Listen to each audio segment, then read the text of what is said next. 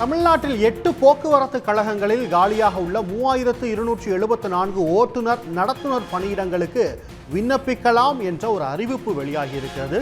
அண்மை செய்தியாக பார்த்து கொண்டிருக்கிறோம். போக்குவரத்து கழகங்களில் இருக்கக்கூடிய காலி பணியிடங்கள் நிரப்பப்படுவதற்கான அறிவிப்பு வெளியாகி இருக்கிறது. நாளை முதல் ஏப்ரல் 21ஆம் தேதி வரை விண்ணப்பிக்கலாம் என்ற ஒரு அறிவிப்பு வெளியாகி இருக்கிறது.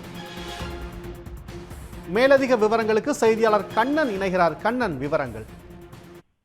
நிச்சயமாக தமிழகத்தில் உள்ள போக்குவரத்து கழகங்களின் காலி பணியிடங்களை நிரப்புவதற்கான நடவடிக்கைகளை தமிழ்நாடு அரசு இறங்கியுள்ளது. அதற்கான ஒரு அறிவிப்பானை இன்றைய தினம் நாளிதழ்களில் வெளியாகி உள்ளது. அதன்படி தமிழ்நாடு அரசின் கீழ் செயல்பட்டு வரும் அந்த 8 போக்குவரத்து கழகங்களில் டிசிசி என்று அழைக்கப்படும் டிரைவர் கம் கண்டக்டர் அந்த காலி பணியிடங்களை நிரப்புவதற்கான அறிவிப்பு வெளியாகி உள்ளது.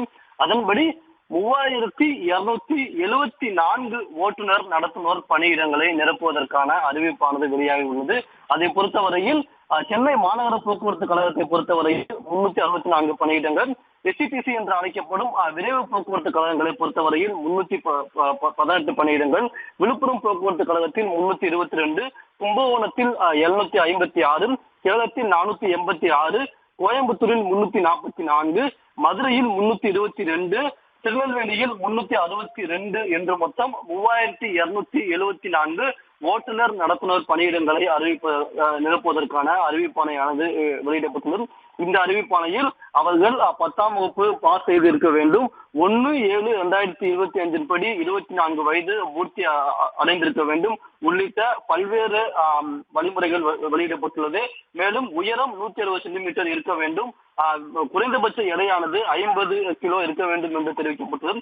இதன்படி நாளை 1 மணி முதல், அதாவது 21/3/2025 மதியம் 1 மணியிலிருந்தும் ஏப்ரல் 21ஆம் தேதி மதியம் 1 மணி வரை ஆன்லைன் மூலம் விண்ணப்பங்களை சமர்ப்பிக்கலாம் என்று அறிவிக்கப்பட்டுள்ளது. அதன்படி அரசு பஸ் .tn.gov.in என்ற இணையதளங்கள் மூலம் விண்ணப்பங்களை சமர்ப்பிக்கலாம் என்று அறிவிக்கப்பட்டுள்ளது. விண்ணப்பங்கள் சமர்ப்பித்த பிறகு அந்த விண்ணப்பங்கள் அனைவரும் பரிசீலனை செய்யப்பட்டு அவர்களுக்கான உடல் தகுதி தேர்வு மற்றும் பல்வேறு தகுதி தேர்வுகள் நடத்தப்பட்டு தகுதியான பணியாளர்கள் தேர்வு செய்யப்பட்டு தமிழ்நாடு அரசின் போக்குவரத்து கழகங்களில் பணியமர்த்தப்படுவார்கள் என்றும் போக்குவரத்து துறை சார்பில் தெரிவிக்கப்பட்டுள்ளது. விவரங்களுக்கு நன்றி கண்ணன்.